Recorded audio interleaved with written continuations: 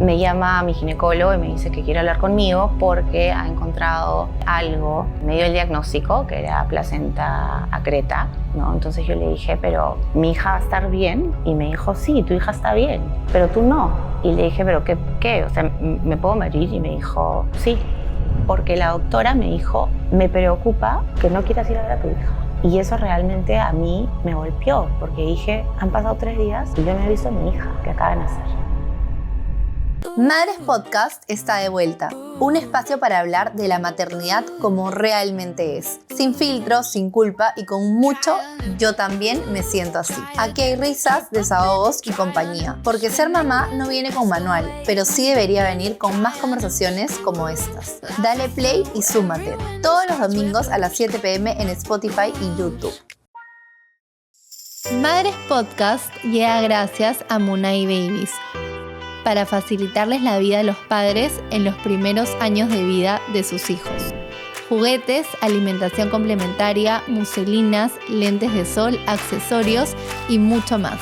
Para descubrir más, entren a www.munaybabies.com.p.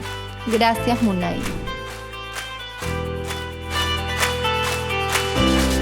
Hola chicas, bienvenidas a un nuevo episodio de Madres Podcast. El día de hoy tengo de invitada a Daniela. Ella es mamá, tiene 2 hijos de 10 y 12, ¿no es cierto?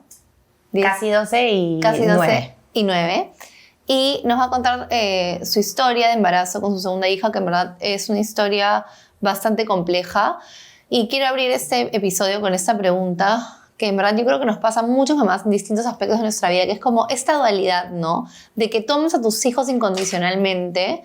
En el caso de Dani, como ese amor incondicional de querer que su bebé esté bien, que su embarazo salga bien, de tener a su bebita con ella, pero también lo difícil de recibir un diagnóstico y pensar en ti y decir, no me quiero morir, valoro también mi vida, ¿no? Entonces, creo que abrimos con esta dualidad. Gracias, Dani, por venir. Gracias. Y bueno, Daniela nos va a contar su historia, la historia que ya fue hace casi 10 años, o 10 años. Sí. De tu embarazo, ¿no? Desde que recibiste la noticia y cómo fue todo el proceso. Bueno, yo salí embarazada de mi segunda hija luego de haber tenido una pérdida. Tuve un legrado, ¿no? por esa pérdida, y luego salí embarazada de Sofía relativamente rápido, como a los 2 meses más o menos. Tuve unos primeros meses un poco difíciles, con muchos síntomas, ¿no? Pesado. Y luego ya me empecé a sentir bien, ¿no? Y bueno, me hice todos mis controles normales y en un momento, yo tenía como 17 semanas más o menos, me llama mi ginecólogo y me dice que quiere hablar conmigo porque ha encontrado algo raro, diferente en la ecografía, ¿no? Entonces fui a hablar con él y me dio el diagnóstico, que era placenta acreta. Yo nunca había escuchado sobre esa condición, no, la verdad no sabía, ¿no? Y no entendía por qué era tan riesgoso, ¿no? Porque lo que él me explicó es que cuando tienes placenta acreta, lo que sucede es que la placenta se adhiere a las paredes del útero, ¿no? Entonces hay como diferentes grados. Entonces se adhiere a las paredes del útero, si avanza, se adhiere más profundo, si sigue avanzando, perfora el útero y se empieza como a agarrar de los órganos, ¿no? Se esparce dentro de tu cuerpo, digamos, fuera del útero. Y bueno, me explica pues que la placenta es un tejido que es altamente vascularizado y que no se puede cortar, o sea, no es fácil de sacar si es que tu cuerpo no lo bota de manera natural, y que hay un riesgo de que haya una ruptura y eso produce una hemorragia fuertísima, que es la razón por la cual las mamás, las mujeres que tienen esto pueden llegar a morir, ¿no? Entonces, claro, en ese momento él no me dice, te puedes morir, pero me hablaba y me decía, tienes que irte a Estados Unidos, ya hablé con el hospital, ya mandé tus documentos, yo aquí no te puedo operar, es un tema demasiado complejo. Pero claro, yo quería dar a luz acá, yo quería dar a luz con él, ¿no? Aparte, yo no había tenido parto natural con mi primer hijo, quería tener parto natural de todas maneras con mi hija. Todas estas cosas que uno como mamá tiene planeado de cómo va a ser, ¿no? Entonces yo quería todo lo que no había podido tener, hacer mis fotos con mi barriga, todo. Y yo le decía, pero yo quiero que dar a luz contigo, yo quiero dar a luz acá, o sea, ¿por qué no puedo? Y me decía, ¿no? Es que aquí no hay el equipo, no tengo el equipo médico, especialistas, no puedo hacerlo, ¿no? Entonces yo le dije, pero ¿mi hija va a estar bien? Y me dijo, sí, tu hija está bien, pero tú no. Y le dije, ¿pero qué? O sea, ¿me puedo morir? Y me dijo, sí. Y yo, bueno, nunca me imaginé. ¿Cuántas semanas ¿no? tenías ahí? Como 17 semanas más o menos. 17 semanas. O sea, ya estabas casi en la mitad del embarazo. Sí. Sí. Sí. Y ahí es cuando, claro, toda la ilusión, la fantasía de yo quiero el embarazo hermoso con mis fotos preciosas y dar a luz natural y todo lo que las mujeres las ideas que tenemos en la cabeza, ¿no? Y ahí me imagino que es cuando pasa de como, qué felicidad, estoy embarazada, a el embarazo ya se ha vuelto un riesgo. O sea, es una complicación. Sí, y eso es difícil, ¿no? De hecho, yo al comienzo no sé si estaba como en negación o de repente muy optimista, pero entré como en un bloqueo, ¿no? Dije, bueno, me voy a ir a Estados Unidos, pero estoy segura que no es tan grave como me dicen, ¿no? Entonces, yo decía, bueno, me voy, pero voy a regresar, ¿no? No sé cuánto van a demorar mis chequeos, pero voy a regresar. Y me fui un poco con esa idea, no sé si por no querer procesar, ¿no? Y bueno, ya cuando llegué al hospital y me hice todos los chequeos y de pronto me reunía con la ginecóloga, luego me mandaban al urólogo, luego me mandaban, ¿no? a hacerme tantos exámenes, a hablar con tantos doctores, es que realmente me di cuenta que sí era un tema de mucho riesgo, ¿no? Y que bueno, realmente no sabía lo que iba a pasar, ¿no? Y que tenía que quedarme ahí, no me podía ir, ¿no? De hecho, en el hospital me dijeron, múdate lo más cerca posible del hospital. Y mi mamá, que estaba conmigo, que me acompañó todo el tiempo, a mi mamá le dijeron, ¿no? Ponga un cerro de toallas al costado de la cama porque en cualquier momento puede haber una hemorragia mortal, ¿no? Y llaman a 911 y bueno, entonces ahí recién me golpeó, ¿no? Ahí recién me golpeó, entendí realmente el riesgo y no la complicación tan grande. Y bueno, fueron meses duros de espera, ¿no? Porque... ¿Cuál fue tu miedo más grande en ese momento, no? Que, o sea, ya eras mamá, tenías un hijo de 2 años, aparte que le den esas indicaciones a tu propia mamá, también es muy fuerte porque tú eres su hija. Claro. Y va a estar preocupada por ti, por el nieto, por la nieta que viene en camino. ¿Cómo te sentiste en ese momento? O sea, ¿cuál fue tu mayor miedo, los pensamientos que te venían a la cabeza? En realidad, el miedo para mí era Cristóbal, ¿no? Perdón. O sea, Cris era muy chiquito, ¿no? Entonces, mi miedo era no levantarme, ¿no? Y toda la noche me iba a dormir y pensar en eso. Claro. Dejarlo a él, ¿no? ¿Y él estaba contigo acompañándote allá? Todo el tiempo.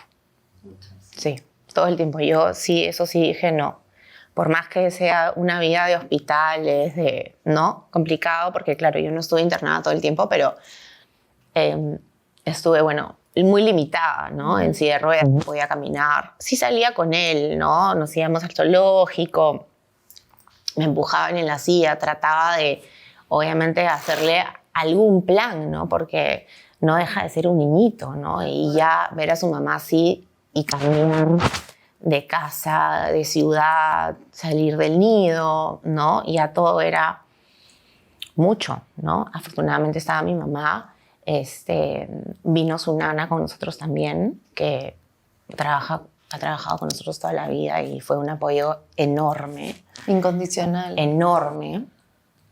Entonces, él tenía como también un soporte, ¿no? Pero yo tenía que tratar de mantenerme más o menos activa dentro de lo que podía por él, ¿no?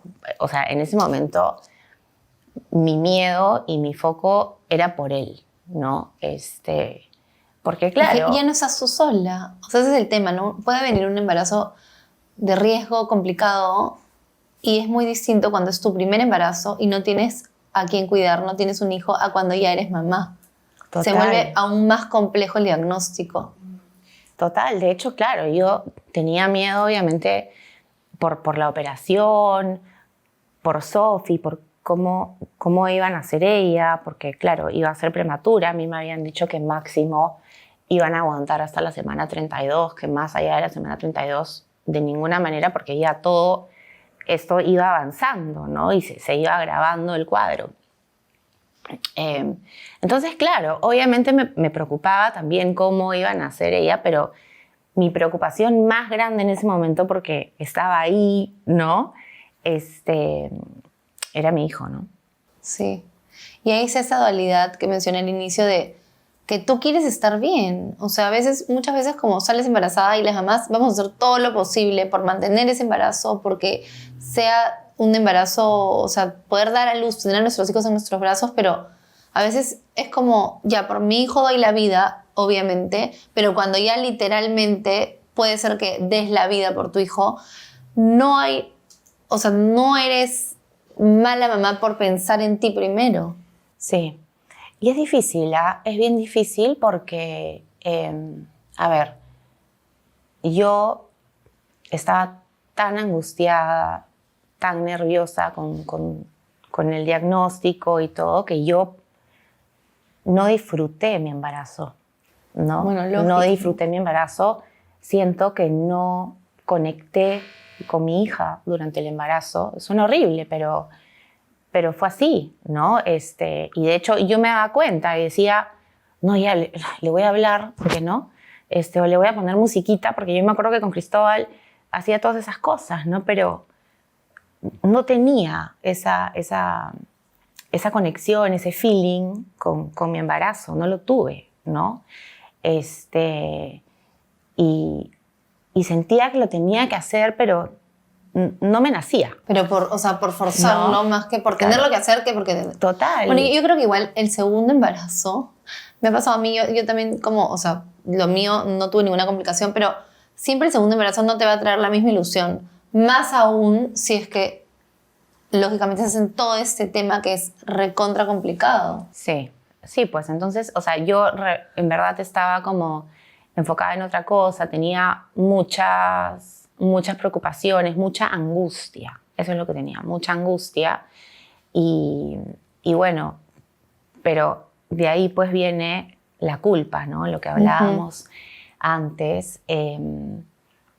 De hecho, yo me acuerdo, por ejemplo, cuando yo me despierto finalmente de la cesárea, a mí me operaron en la semana 32 y me dicen que me tienen que operar con anestesia general por la complejidad de la operación y porque si la paciente está despierta y hay una complicación, no pueden perder tiempo en tranquilizar a la mamá, tienes que estar dormida. O sea, ese es el protocolo, ¿no? Y por estar dormida, mi hija la iban a sacar y la iban a tener que entubar. Y yo no quise, yo no quería, porque, a ver, primero, si yo estaba dormida y no sobrevivía a la operación, nunca la iba a ver. ¿Me entiendes? Entonces, y por otro lado, yo decía, pucha, o sea, esta pobre niña está, ¿no?, naciendo en medio de todo un caos, un ambiente de angustia.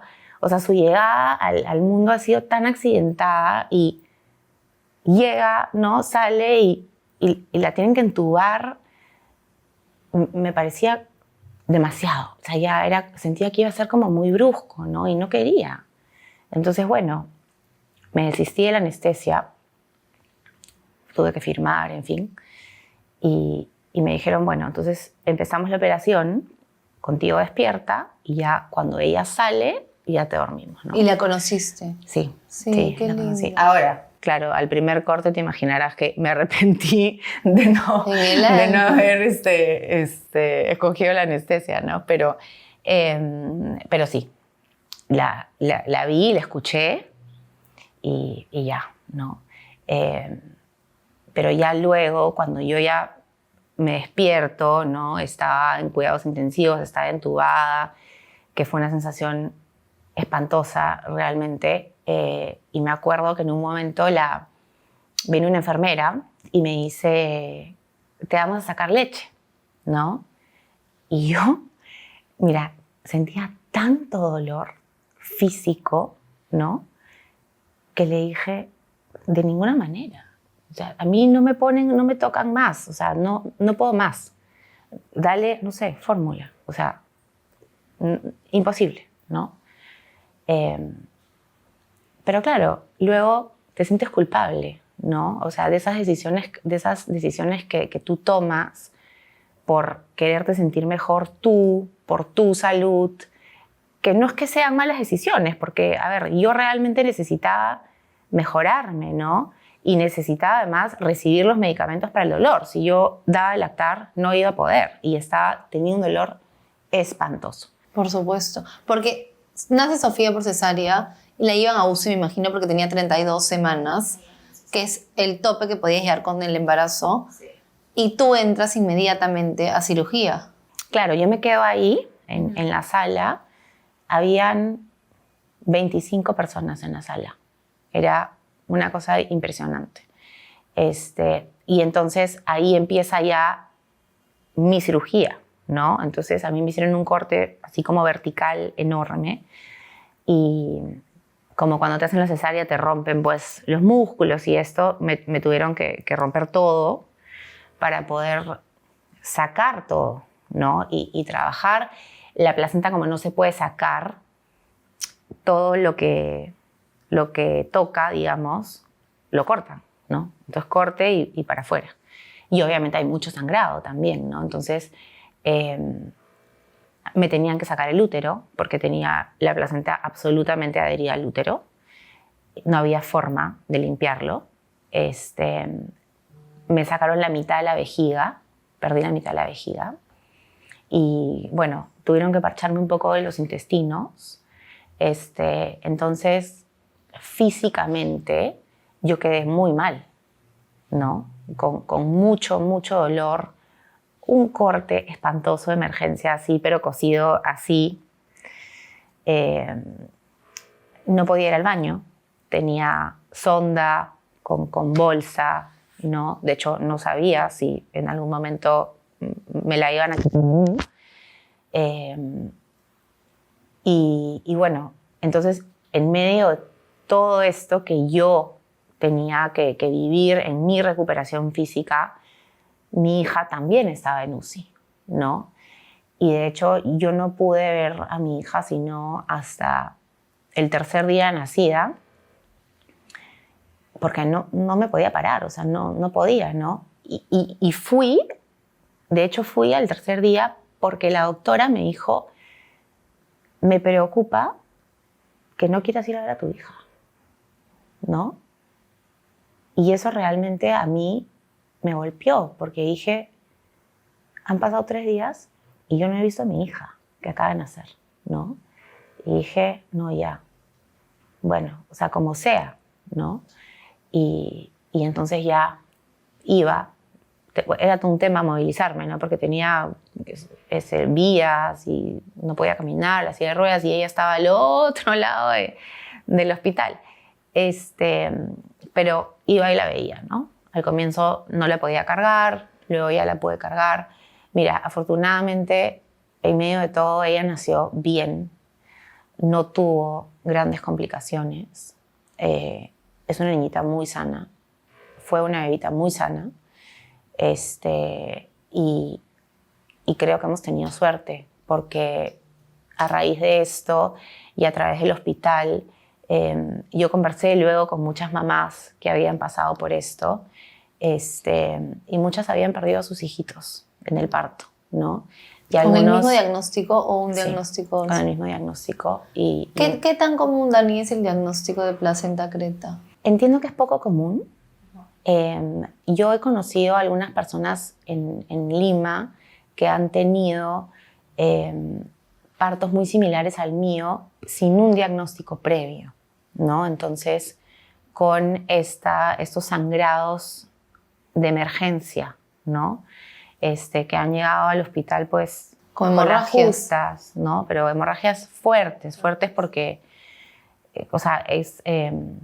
pierdes mucha sangre y muy rápido, ¿no? Entonces, creo que tal vez puede que no se diagnostique desde un inicio tanto, ¿no? Tal vez como lo mío era un poquito más, estaba más avanzado, era más evidente, ¿no?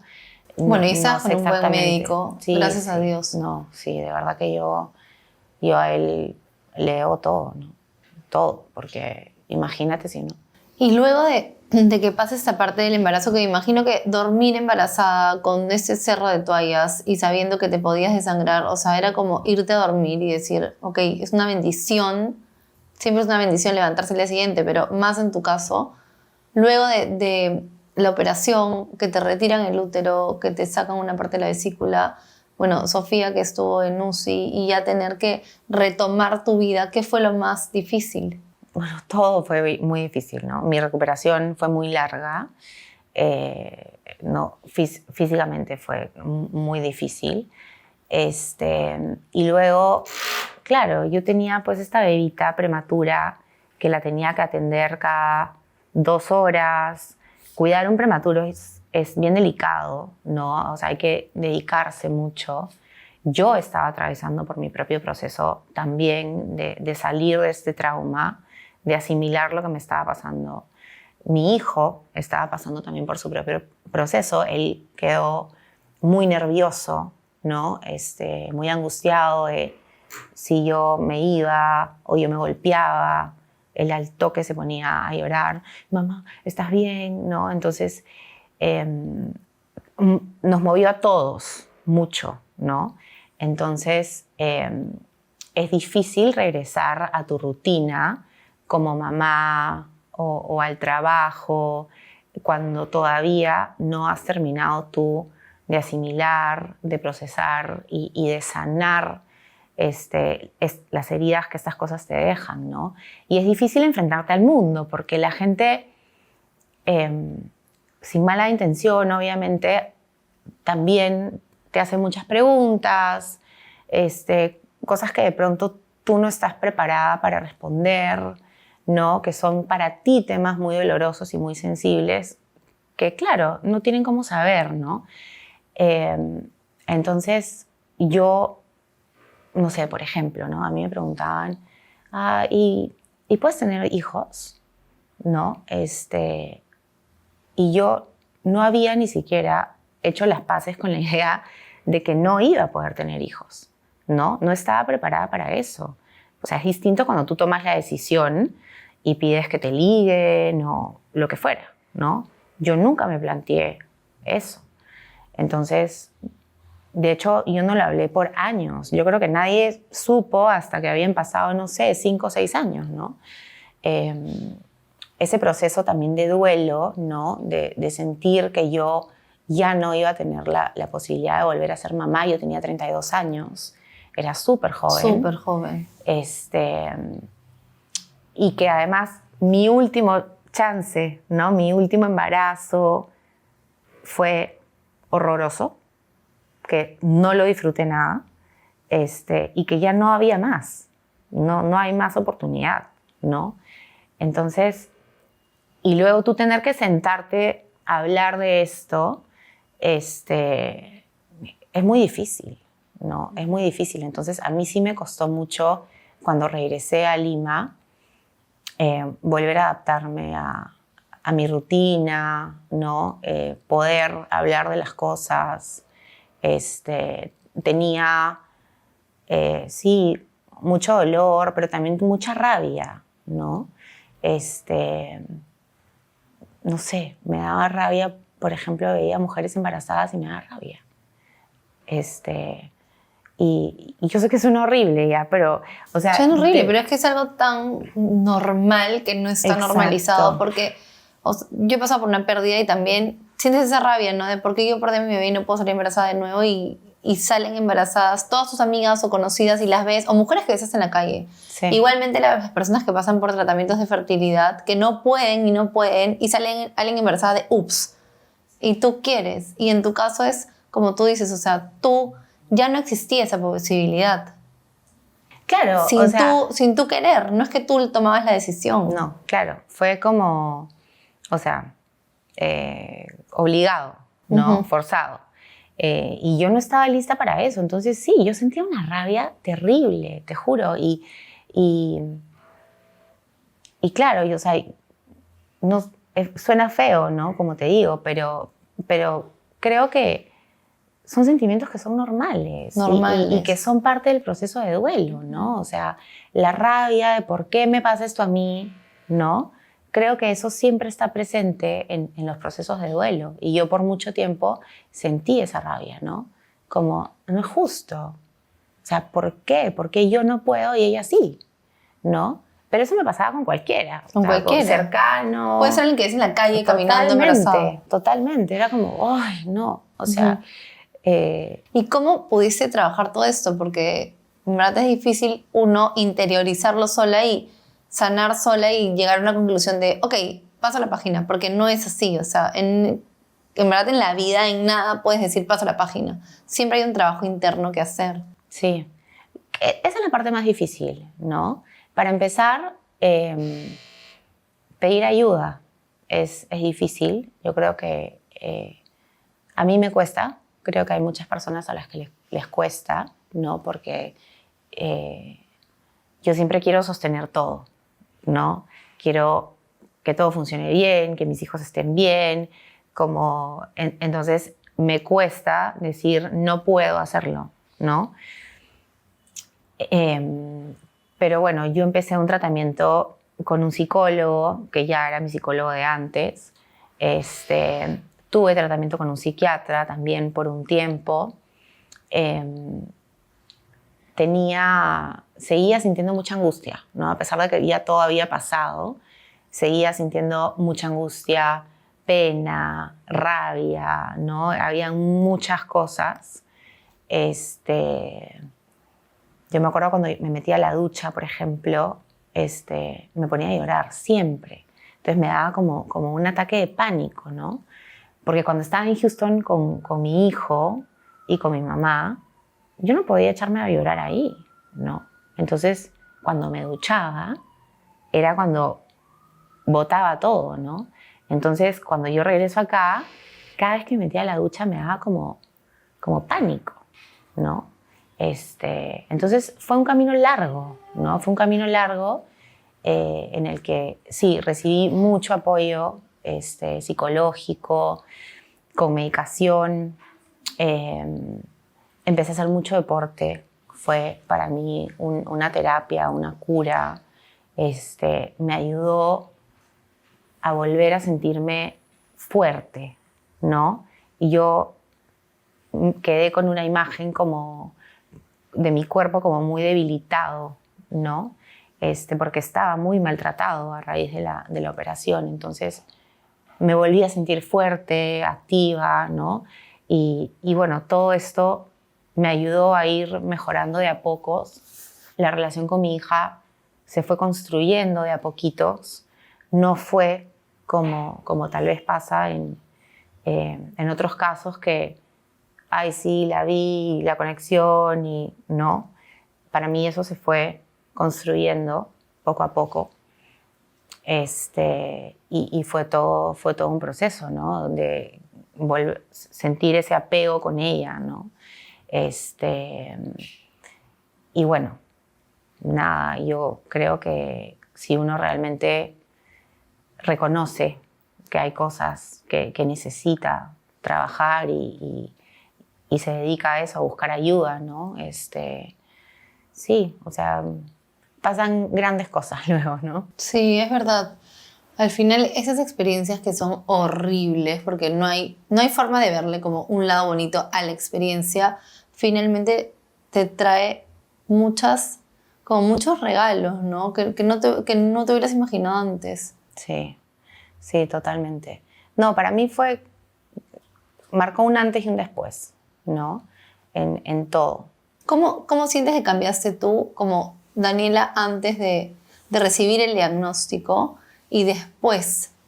Y después, sobre todo, de ya tener a tu bebé y saber que tú estabas a salvo, ¿no? Pero, a ver, también estabas a salvo, pero yo creo que en esta sociedad, sobre todo en la sociedad limeña y la sociedad como latinoamericana, porque en verdad en otros países como Estados Unidos o en Europa o no sé, en Asia, tienen otro tipo de mentalidad, sí, como son más evolucionados, por así decirlo, no ven tanto a la mujer, ok, la mujer para ser mamá, la mujer para tener hijos, la mujer como esta figura de maternidad, ¿no? Entonces también era el tema de perder el útero, que es el órgano reproductivo de la mujer.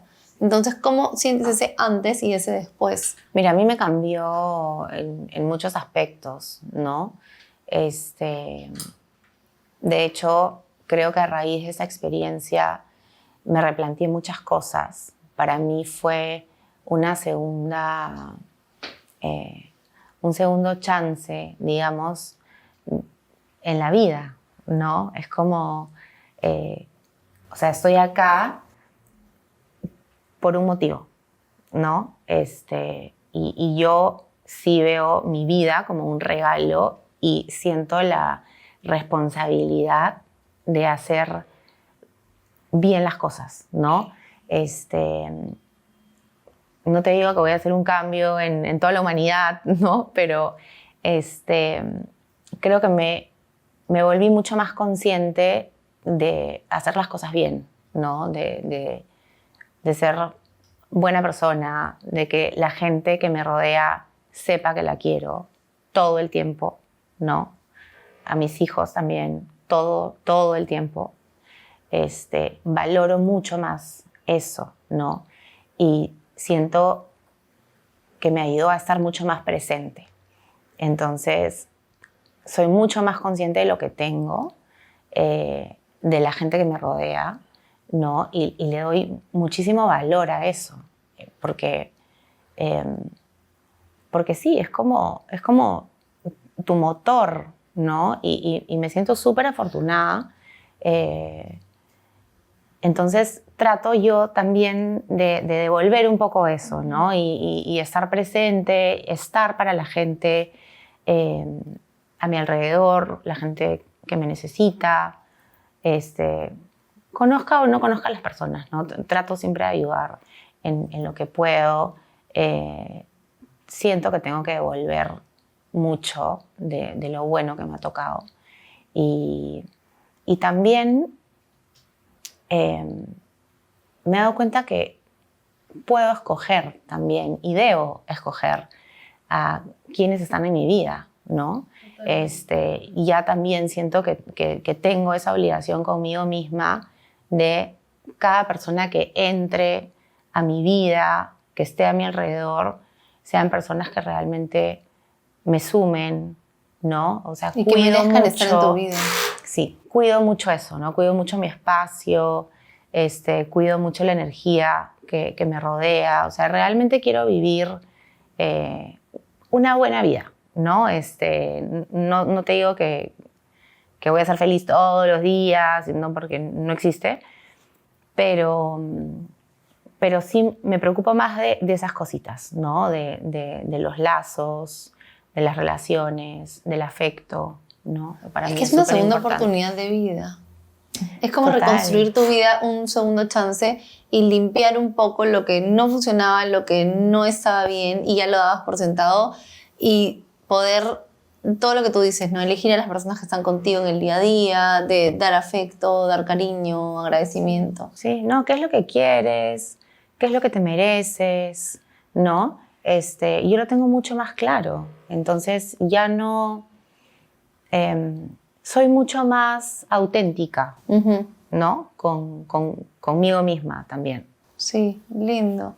¿Qué consejo le darías a cualquier mamá que nos está escuchando que está pasando por una situación, no tiene que ser el mismo diagnóstico, pero que ha recibido un diagnóstico o una situación así de vida o muerte? Bueno, todas las historias son diferentes, ¿no? Pero creo que a veces como mamás nos cuesta mucho pedir ayuda, ¿no? Levantar la mano y decir, necesito hablar, necesito ayuda. Nos guardamos muchas cosas por no preocupar al resto, porque no nos perciban de repente como muy frágiles, ¿no? Y no nos permitimos realmente sentir, ¿no? Pero cuando pasan estas cosas, realmente uno tiene que transitar por ese dolor, ¿no? Tú tienes que transitar por el dolor, tienes que transitar por esa angustia, para poder realmente llegar a sanar, ¿no?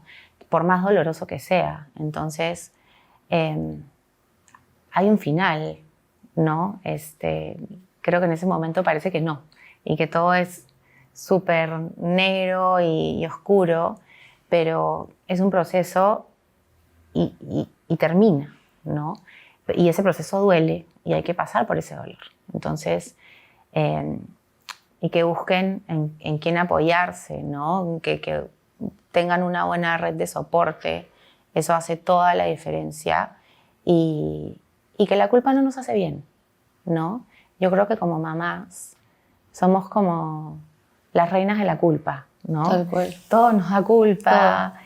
Y yo también me pasé muchos años que no le di la cara a mi hija, que no conecté, ¿no? Bueno, siguen habiendo momentos en los que yo siento culpa también, ¿no? O sea, hasta me siento culpable de que ella haya nacido en medio de toda esta situación.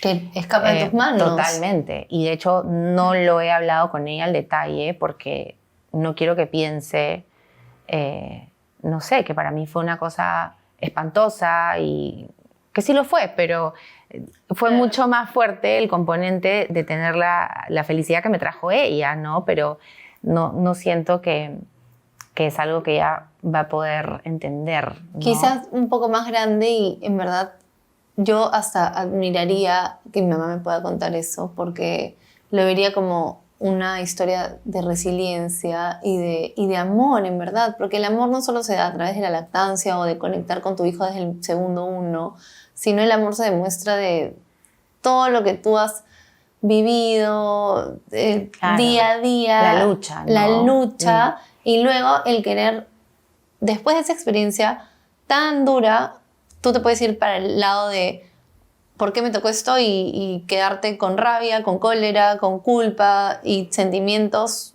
que no te aportan, pero tú decidiste igual sanar, ser mejor persona, volver a mirar en ti y reconstruir tu vida. Sí, no, y como te digo, porque reconozco realmente que al final, por más doloroso que haya sido, por eso te digo, uno tiene que transitar por su proceso, ¿no? Ujú. Y luego ya puedes ver las cosas con un poco más de claridad.